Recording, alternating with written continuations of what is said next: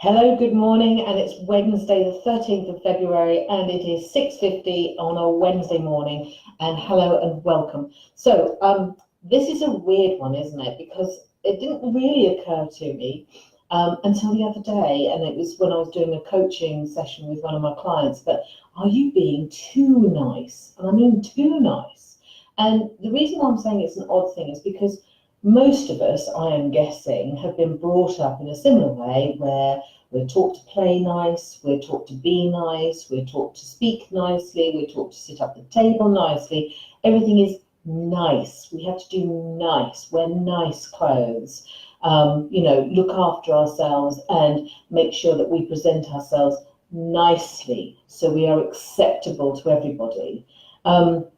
And yes, it is. I think it is drilled into most of us in one shape, form, or other, to one degree or another. And I never really thought about it as maybe something that was actually a flaw on our character. So I thought, actually, this is something that I have noticed so often in the ladies that I speak to, that it doesn't matter what you name it, often it comes down to this. It's like, when has it become an issue? When have you got lost in there? This niceness, this need to be nice and liked. And it's when your filters have become blocked. We often talk about people and we sort of say, oh my God, she has no filter at all, don't we? And it's quite funny, really, because some people just flow and then go, oh, and I've been caught like that. But this is all about when your filters actually become blocked. So what do I mean by that? Well, I mean by that is when it keeps you from being honest. This desire to be nice stops you from being honest. So for some people, if you're unhappy, you're stressed, you're uncomfortable in a situation, you don't feel you can say anything because everyone else seems to be fine, but you're not, but you can't say anything.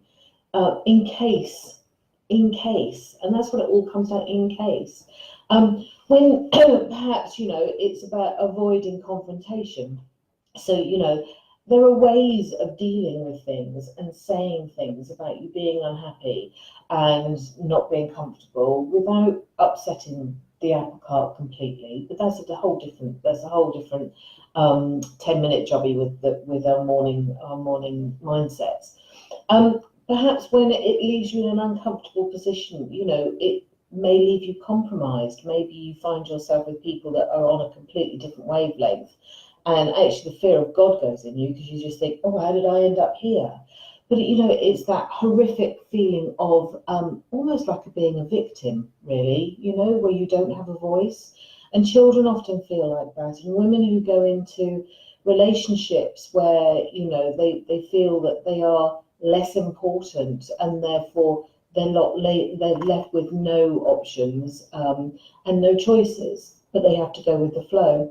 And then there's the ones where, maybe it ends up to be a real procrastination for you. So, because you can't speak out, because you're trying to be nice, you then start overthinking things. You daren't say anything. And then you get this pit of anxiety, which grows and grows and grows, ends up in panic attacks and things like that. And you get to that stage where you start avoiding life rather than actually going out there and being able to say anything. And it's all about this need to be nice.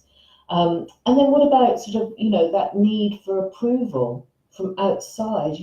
I went to an all-girls school and there was a horrific feeling of needing approval from the bigger cohort of females that I was with, and, being one of the gang. And I watched my grandchildren, and one of my grandson, trying to fit in all the time. And it's all about, oh, I've got to be nice, even though they know that maybe that's the wrong way of doing it. And we don't change that. It's bizarre. We still have that element of that when we're adults. So this is where our filters are blocked. And then you get to that thing where, it stops you from being authentic in case you're not approved of.